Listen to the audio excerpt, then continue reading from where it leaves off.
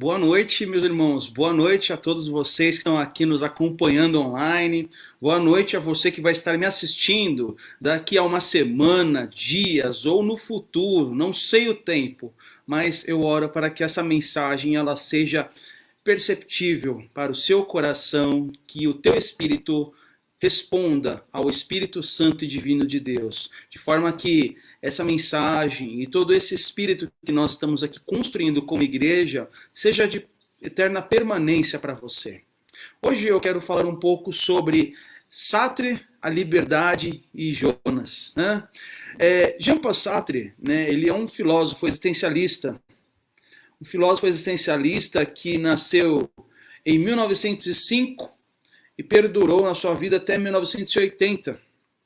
Ele elaborou uma das concepções mais radicais sobre a liberdade humana. Ele acreditava que somos sempre livres, eternamente livres. E a liberdade do homem é a sua eterna condenação. Que mesmo em situações em que a maioria das pessoas diria não existir qualquer opção de escolha, nós temos uma escolha. Para Sartre, em seu pensamento e na sua filosofia existencialista, o homem ele é responsável pelas suas escolhas e por isso somos condenados a ser livres. Né? Você já pensou que tudo que nós fazemos, tudo que nós vivemos, tudo que nós pensamos são escolhas relacionadas às nossas emoções, aos nossos feitos, aos nossos pensamentos, sobre tudo aquilo que nós temos hoje captado? Nada se condiciona simplesmente a uma realidade, talvez, de predestinação. Para Sartre, a predestinação não existe. Somos, de fato, condenados. Para Sartre, a nossa essência ela está colocada num pé de segunda opção. Primeiramente, somos existência e depois essência. Né? A leitura bíblica e a leitura da Bíblia judaica ela não tem, a partir desse pensamento, essa mesma ótica. Né? Somos essência primeiro e depois existência.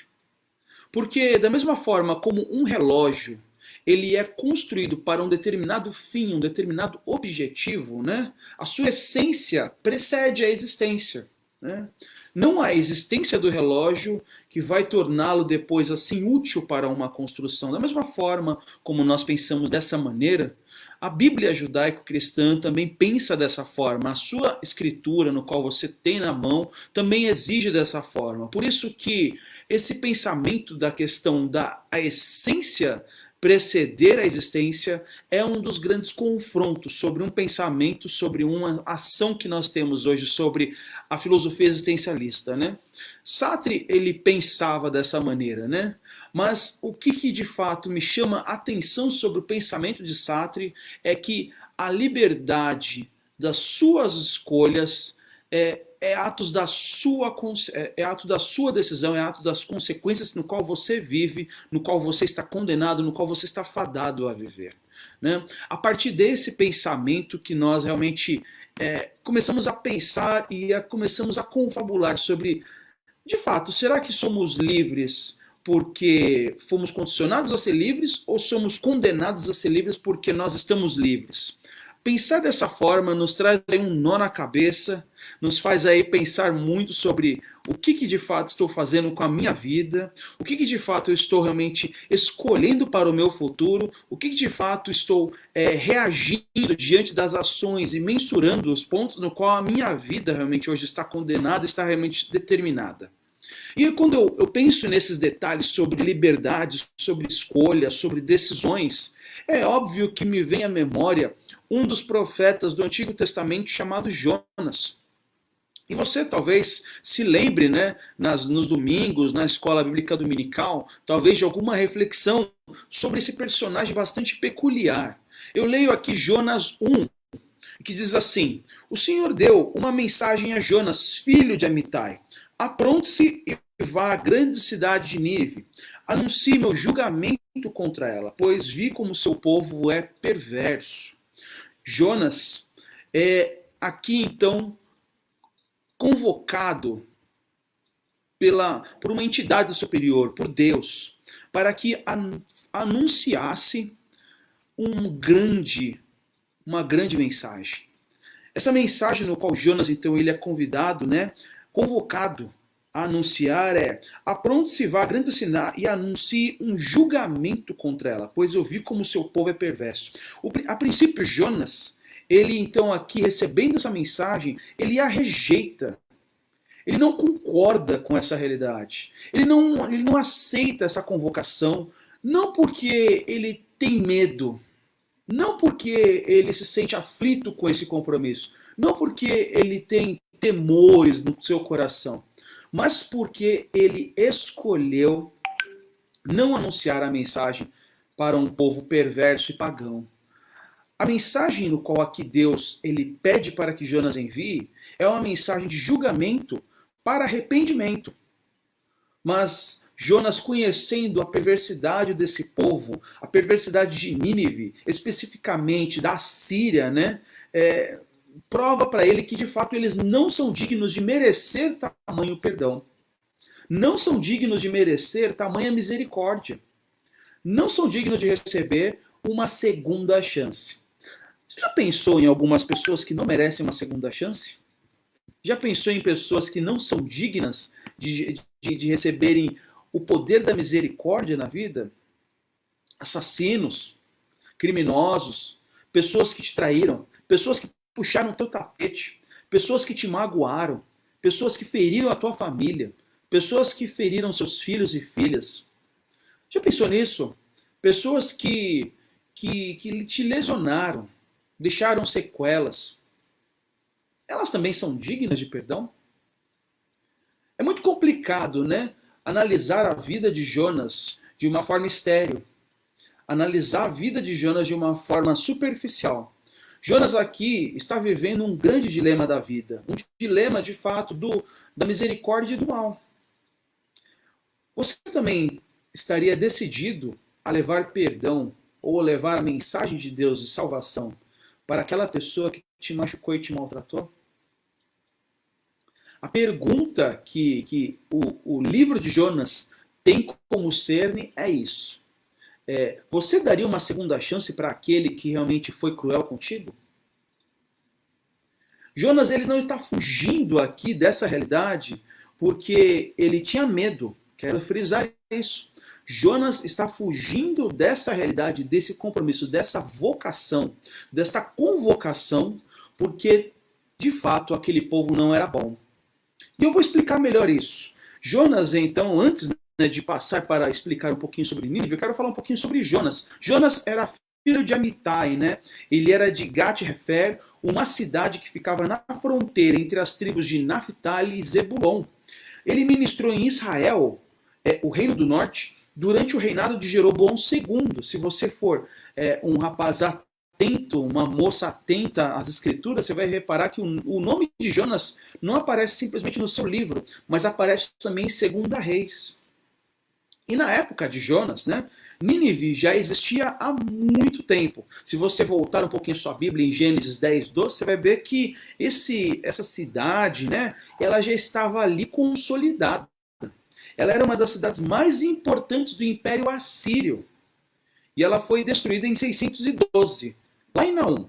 Né? Mas aqui, no caso, as ruínas de Nínive, elas ficam defronte da atual cidade de Mossul, no Iraque, do outro lado do rio Tigre. Né?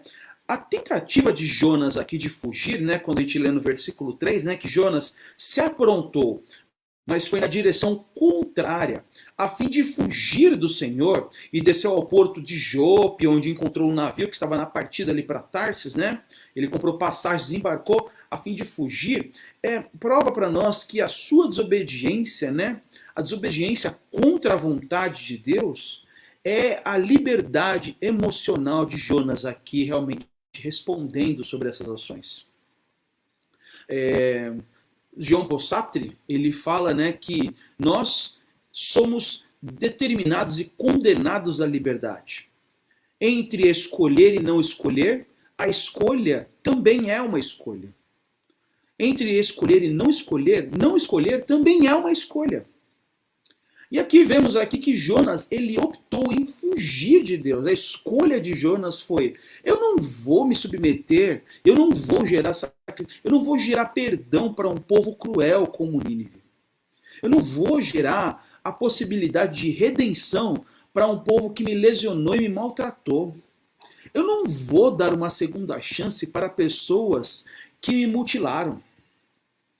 E é interessante falar com essas palavras, mutilaram, que a Assíria, e especificamente a sua capital, Nínive, tinha uma marca, uma identidade que eu quero hoje destrinchar com você, para você pensar um pouco, né?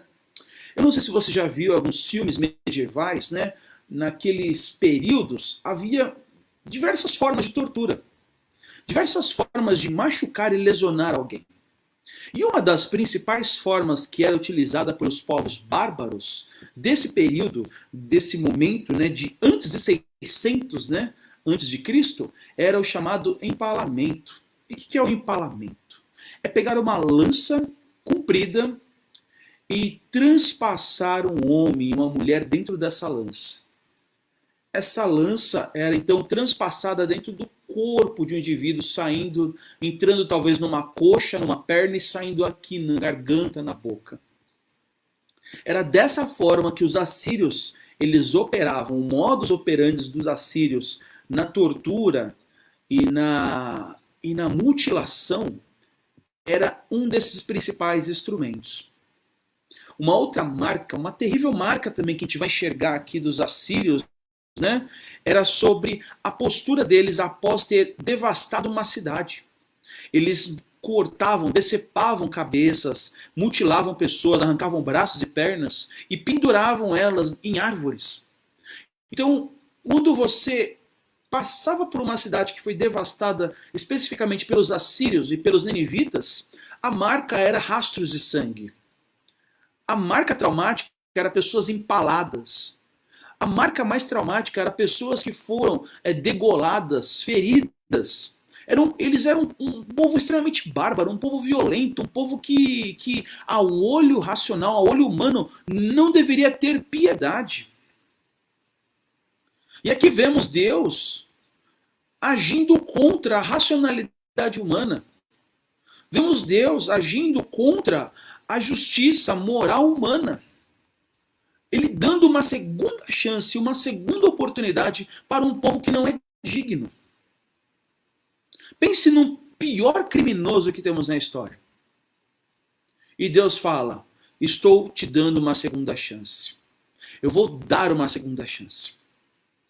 Porém você, Rodrigo, você, Célia, você, Cidinha, você, Marilene, você que está me acompanhando, você, Pedro, deixa eu ver quem mais está aqui comigo, você, Nice, deixa eu ver quem está aqui mais, você, Mara, você, Rogério, você, Valmirar, será o porta-voz da minha boas novas. Você vai enviar a mensagem de salvação para esse homem que está condenado. Já pensou isso? Você que está aí participando, eu esqueci teu nome, manda um oi aqui para mim que eu vou comentar seu nome aqui também. É mais ou menos desta forma que a gente está observando aqui a radicalidade da misericórdia e da graça de Deus neste livro do Antigo Testamento. Não é à toa, né, que os teólogos, né, os acadêmicos chamam Jonas, né, do livro que consolida a mensagem de João 3,16. Porque Deus amou o mundo de tal maneira. Se Deus amou o mundo de tal maneira, ele também amou os malditos, os miseráveis e todos aqueles que são dignos de condenação. A mensagem de Jonas aqui nesse livro é muito forte, meus irmãos. A mensagem de Jonas é o quê? Há uma segunda chance para os miseráveis, para os condenados, para os criminosos. Há uma segunda chance para aqueles que fizeram o mal nessa terra. Há salvação também para eles. A salvação ela não chegou simplesmente para você que é bonzinho, para você que simplesmente frequentou a igreja o dia inteiro, sempre a vida toda. Eu sou esse caso. Eu sempre fui na igreja, eu nunca me afastei do Senhor.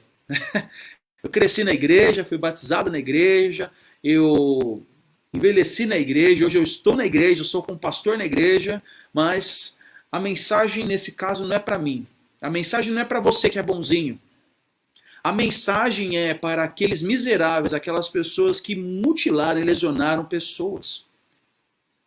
E nessa racionalidade, nesse pensamento, nós temos aqui o protagonista Jonas, que teve a sua família, seus antepassados, o seu povo que foi mutilado, que foi ferido. Hebreus foram feridos, judeus foram feridos aqui na história. E aí Jonas, então, indignado com essa realidade, fala assim: Senhor, eu não concordo com o Senhor. Usarei da minha liberdade, da minha autonomia, do meu poder de escolha para seguir para um caminho contrário ao que você está de fato me destinando. E aí então a gente observa que Jonas ele parte para Jope. Jope é uma importante cidade, então, né, portuária, né, no litoral mediterrâneo, que é localizado hoje na periferia de Tel Aviv. Você que está acompanhando a Copa em Catar aí, né? Está curioso aí pelas cidades, pelos países. Então a cidade de Jope, onde Jonas então ele desemboca para partir em direção contrária à mensagem no qual Deus destinou, parte para essa região então localizada em Tel Aviv aí, aproximadamente, né? Tarsis, né, seja uma referência talvez a uma cidade portuária aí de Tartessos, que é na Espanha. Então Jonas, ele nesse caso, ele está tentando fugir para um lugar mais distante, inimaginável, na direção oposta a Nínive. Se Nínive é para lá, eu quero ir para cá. Se Nínive está para lá, eu vou para cá. É aquela coisa, eu estou vendo a pessoa chegando, né? Eu estou atravessando a rua. Já teve pessoas assim que você está vendo a pessoa chegando e você fala: não, eu vou atravessar a rua, não quero nem ver essa pessoa. Se a pessoa está vindo para cá, eu vou para lá. Jonas está fazendo dessa maneira.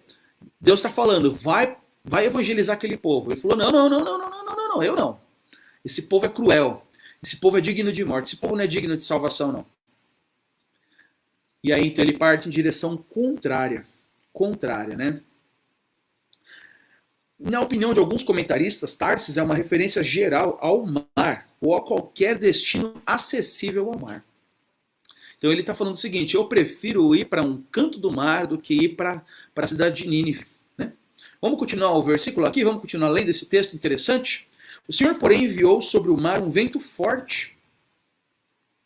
Quando Jonas entrou no barco para ir em uma direção contrária, olha o que Deus faz. Enviou sobre o mar um vento forte e uma tempestade caiu tão violenta que o navio estava prestes a se despedaçar. Com muito medo, os marinheiros clamavam aos seus deuses para que os socorressem e lançavam a carga ao mar para deixar o navio mais leve. Enquanto isso, Jonas dormia profundamente no porão. É muito interessante observar aqui o poder de Deus sobre a natureza no livro de Jonas.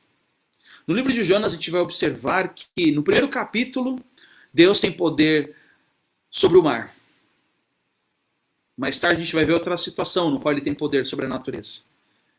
Mas aqui vemos então Deus se revelando através do poder do mar.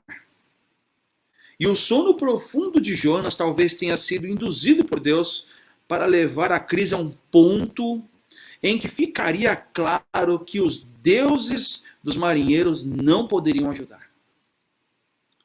É engraçado como a tua liberdade, a tua escolha, a tua autonomia, afinal, como Sartre diria, escolher e não escolher é uma escolha. Nessa autonomia, nessa liberdade no qual somos condenados, há uma grave consequência. Porque o propósito de Deus na tua vida, ou especificamente na vida de Jonas, no qual estamos lendo, né? Não vou falar de você ainda, mas eu estou aqui falando da vida desse profeta, tem impacto. A liberdade de um indivíduo, ela se encerra quando alcança outra. A liberdade de um indivíduo, ela se esgota quando ela afeta a autonomia e a liberdade do outro. A liberdade de Jonas começa a impactar sobre a vida de marinheiros que não tem nada a ver com a história dele com Deus e Nínive. Por quê? A sua decisão trouxe uma grave condenação para o barco. O que eu quero dizer, meu irmão, minha irmã, sendo muito transparente a você que está me acompanhando agora nessa live, é que a tua liberdade, a tua decisão, a tua escolha, ela tem um grave impacto sobre vidas que estão hoje ao seu redor. Não levar a mensagem que Deus te convocou a levar pode trazer um grave problema para o barco onde você está ancorado. Não caminhar conforme o propósito que Deus estabeleceu na sua vida pode levar um barco a naufragar. Você pode encerrar vidas por causa da sua autonomia de liberdade, porque afinal não escolher também é uma escolha. Hoje, se você não se posiciona conforme o propósito de Deus na tua vida, você pode ocasionar graves problemas para as pessoas que hoje estão ao seu redor e que, pasme, não necessariamente precisam crer em Deus. Porque esses marinheiros aqui, como o texto muito bem ressalta, não creem em Deus, não temem ao Deus Yahweh, né? Mas eles buscam outras entidades, outros deuses aqui no texto, como é afirmado. Porém, o descanso, né, o sono profundo, né, o coma induzido de Jonas aqui nesse aspecto traz uma grave consequência. Logo, enquanto você dorme, outros morrem. Enquanto você não faz nada em prol do evangelho no qual Deus te convocou para realmente cumprir o teu propósito, muitas pessoas estão morrendo. Há um grave alerta aqui no texto do livro de Jonas aqui para toda a nossa nação brasileira, para a igreja evangélica brasileira, para você que está me acompanhando, para a igreja Batista em Vila Primavera. Nós estamos vivendo grandes desafios na igreja Batista em Primavera. E grandes vitórias em nome de Jesus. Mas o que eu posso te alertar é o teu silêncio, a tua omissão, a tua falta de compromisso pode causar mortes e fazer barcos naufragarem. A palavra de Tiago é muito verdadeira aqui nesse texto. Tiago ele fala assim: peca também aquele que sabe o que deve fazer e não faz. Vou repetir para você. Aquele que sabe o que deve fazer e não faz está cometendo um grave pecado. É por isso que é fundamental nós estarmos atentos à voz. Estarmos atentos ao compromisso que Deus estabeleceu sobre a sua vida, sobre a minha vida. O que Deus tem falado a você hoje para você cumprir exige de fato uma autonomia, uma liberdade de escolha. E lembre-se que não escolher também é uma escolha. Então por isso que é importante você se posicionar e escolher corretamente o caminho que você deve seguir. Repare, olha o texto como ele continua a história. Enquanto isso, o versículo que está aqui lendo, 5, né, 5b, enquanto isso Jonas dormia profundamente no porão, né? Então o capitão desceu para falar com ele. Como você pode dormir numa situação dessas? Olha o mundo clamando por uma realidade crítica. Como a igreja pode estar dormindo num mundo que está em caos? Como você pode estar descansando enquanto o mundo está vivendo dessa maneira, enquanto o nosso barco está afundando? Levante-se e ore ao seu Deus, busque o teu Pai, clame ao Deus. Quem sabe ele prestará atenção em nós e poupará a nossa vida. Mal sabe esse capitão do barco que o culpado desta situação distópica, dessa situação inóspita, é o crente, é o Jonas. Então a tripulação tirou sorte para ver qual deles havia ofendido os deuses. É interessante falar que essa palavra tirou sorte, porque antigamente no Antigo Testamento, né, você que está talvez se situando e conhecendo a Bíblia agora, né, ou está entendendo como é que é a lógica operativa da Bíblia, no Antigo Testamento o Espírito Santo não se manifestava e não se revelava, e não se revela a nós como hoje. Hoje, a voz que a tua consciência toca, a voz que fala sobre o teu coração é o Espírito Santo. Ele habita em você, ele está em você. Mas antigamente não era dessa forma. Então, como eles não tinham essa possibilidade de se comunicar com o Espírito Santo, eles lançavam sorte. Né? Então é por isso que aqui a sorte então é lançada. Né? Então tome nota, né? Não é para você ficar fazendo sorte aí, fazendo fezinha, para receber a voz de Deus, né? Para buscar a voz de Deus é só clamar pelo Espírito Santo, ele vai falar contigo. Então aqui a gente vai vendo que a tripulação então tirou sorte para ver qual deles havia ofendido os deuses e causado a terrível tempestade. E aí o óbvio é dito, né? O óbvio ululante está aqui. Quando tiraram a sorte, eles indicaram que Jonas era o culpado. Por que essa terrível tempestade veio sobre nós? Perguntaram. Quem é você? Qual a sua profissão? De onde vem? Qual a sua nacionalidade? Tá que nem o Globo Repórter, né?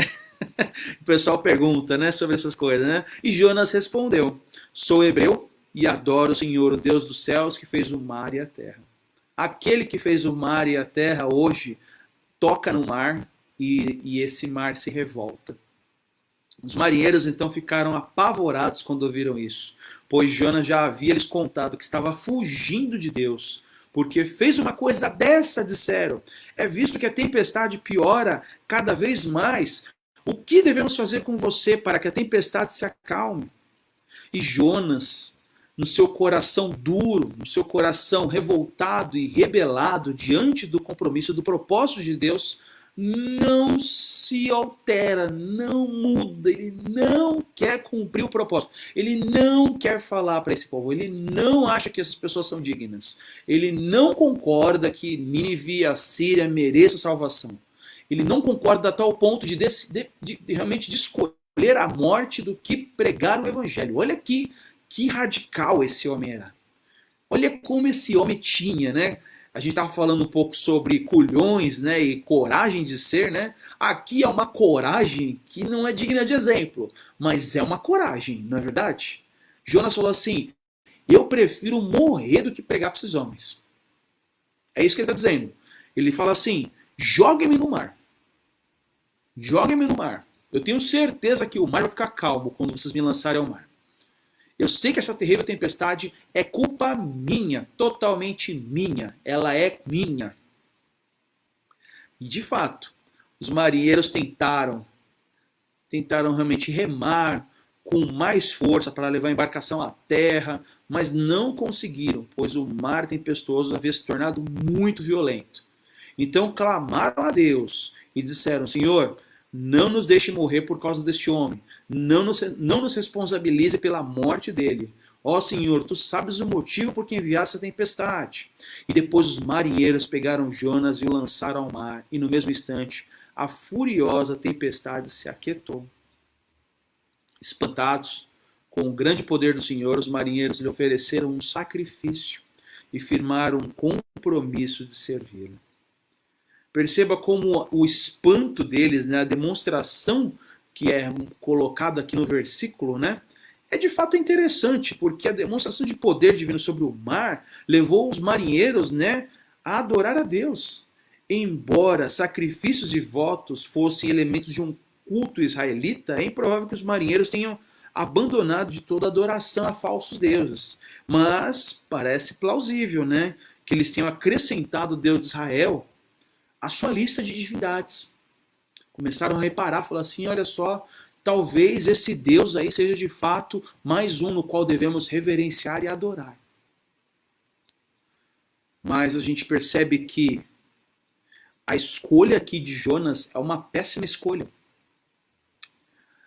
A minha provocação que eu tenho para você nessa noite é: qual escolha você tem tomado para sua vida? A liberdade, ela está aí para realmente ser assumida. Conforme, como eu disse, né, Sartre afirma para nós, né, que a liberdade é uma condenação do ser humano. Afinal, escolher é a nossa natureza. Nós escolhemos, por isso que somos ansiosos. Nós somos eternamente ansiosos. Afinal, eu escolho. Se eu vou fazer algo, eu escolho. Se eu não vou fazer, eu escolho. Se eu vou fazer essa live, eu escolho. Se eu não vou fazer, eu escolho. Se eu vou respirar agora, eu escolho. Escolhas, são escolhas. Eu te pergunto, que escolha você tem realmente feito na sua vida? Você tem escolhido honrar a Deus e obedecer ao Senhor? Ou tem escolhido ser omisso ao compromisso que Deus tem dado a você? Saiba que a sua escolha tem consequência. Toda ação tem consequência nesse mundo. Todo movimento que você realiza como ser humano tem consequências. E essas consequências, elas podem ser responsáveis pois você agiu conforme o propósito de Deus, ou elas podem ser irresponsáveis, porque a sua escolha pode estar realmente sendo manifestada diante de uma opinião emocional. Às vezes fazemos escolhas que são relacionadas às nossas decisões, às nossas definições emocionais. Escolhemos porque amamos. Fazemos decisões porque odiamos. Fazemos decisões porque somos afetuosos demais. Fazemos decisões porque o nosso coração nos engana. Devemos sempre nos recordar que as nossas escolhas elas devem estar alinhadas com o Espírito e não com as nossas emoções. Porque afinal, toda escolha, quando é partida de um coração, quando ela é realmente realizada não de uma forma espiritual, ela traz de fato graves problemas. É por isso que as nossas escolhas elas não devem ser nem racionais. As nossas escolhas não devem ser emocionais e muito menos racionais, elas devem ser espirituais. Devemos estar agindo e decidindo as nossas questões a partir da ótica e do prisma do que Deus deseja para nós. Porque afinal, escolher racionalmente também é um erro. Porque as nossas razões, as nossas conclusões, as nossas opiniões, a nossa sanidade, ela também é falha. Porque nós racionalizamos a partir da óptica do que vemos. As nossas emoções também são falhas, porque nós começamos a escolher a partir daquilo que sentimos. Nós precisamos agir a partir e decidir a partir da escolha do que o Espírito deseja para nossas vidas. E o que o Espírito deseja para nossas vidas é que sejamos filhos e filhas amadas de Deus. E cumpramos o propósito, o lindo propósito que Cristo cumpriu nessa terra. E para cumprir esse propósito, não é a racionalidade que vai te levar a uma conclusão, porque a racionalidade vai te levar ao ceticismo. E a emoção vai te levar a um momento de passionalidade. Você vai ficar vivendo por uma paixão. E a gente já viu muitos erros na história de pessoas que fizeram escolhas erradas por causa do amor, por causa do ódio, por causa do coração passional. E a racionalidade também, porque nós vemos aí a Segunda Guerra Mundial provando que a racionalidade pode matar e pode degenerar uma nação. É por isso que nós devemos escolher a partir da ótica bíblica. É por isso que eu te desafio a orar agora comigo e pedir que Deus faça um novo coração no teu lar, na tua vida, na tua consciência. Que haja aí uma metanoia, uma mudança de mente. Porque somente a partir da mudança de mente, quando nós somos guiados pelo mover e pelo agir de Deus, que nós começamos a fazer escolhas sábias, escolhas sensatas. Se nós não tivermos essa consciência, muitas pessoas vão naufragar perto da gente. Muitas pessoas irão sofrer e vão fracassar gravemente, porque a nossa omissão, porque as nossas escolhas foram péssimas, foram terríveis. O que você tem hoje baseado a tua liberdade, as tuas escolhas? Eu te convoco e te convido a viver a melhor escolha, que é caminhar com Jesus. Nós temos nossos encontros regulares na nossa igreja, onde eu vejo pessoas que são livres, pessoas que realmente fazem escolhas para estar aprendendo e adorando a Deus. O que você tem escolhido hoje, meu irmão e minha irmã? O que você tem escolhido agora que está assistindo essa live, talvez no futuro? E eu te convido a pensar sobre isso. Vamos orar? Quero orar pela sua vida e quero realmente pedir a Deus que você faça as melhores escolhas a partir da ótica de Jesus. Feche seus olhos, vamos orar. Deus amado, Deus querido, hoje nessa noite falamos sobre liberdade de escolha, sobre a liberdade do indivíduo, sobre a condenação do homem, sobre a liberdade, mas principalmente sobre as decisões que nós deveremos tomar a partir da nossa escolha espiritual. Pai amado, nos ajuda a entender como podemos escolher o melhor para este mundo, o melhor para esta vida, o melhor para nós e para os nossos irmãos. Nos ajuda a escolher com sabedoria o que o Senhor deseja, não o que eu desejo, não o que eu penso, não a partir da minha racionalidade, não a partir das minhas conclusões, não a partir das minhas emoções, não a partir dos meus afetos, não a partir daquilo que eu anseio e desejo, não a partir do meu ódio, da minha passionalidade, mas a partir de decisões espirituais. O que o Senhor deseja de mim, ó Pai amado, me ensina a obedecer e a cumprir, ó Pai. E da mesma forma também eu oro por essa vida que está me acompanhando, você que está aqui me ouvindo, Pai amado, que o Senhor ajude ele a fazer as escolhas sábias, escolhas certas, escolhas corretas, que levam à salvação e que levam pessoas também à salvação. Pai amado, me ajuda a viver uma vida digna, uma vida correta, uma vida como Jesus viveu, uma vida guiada pelo Espírito. E da mesma forma, como ele também foi guiado pelo Espírito, agiu pelo poder do Espírito e viveu pelo poder do Espírito, me ajuda também a ser guiado, a ser realmente empoderado pelo agir do Espírito e a viver através do Espírito, Pai. Essa é a minha oração que eu faço e também peço para todos esses que realmente estão hoje me ouvindo e me acompanhando, ó Pai amado. Esteja com cada um no nome de Jesus. Amém e amém.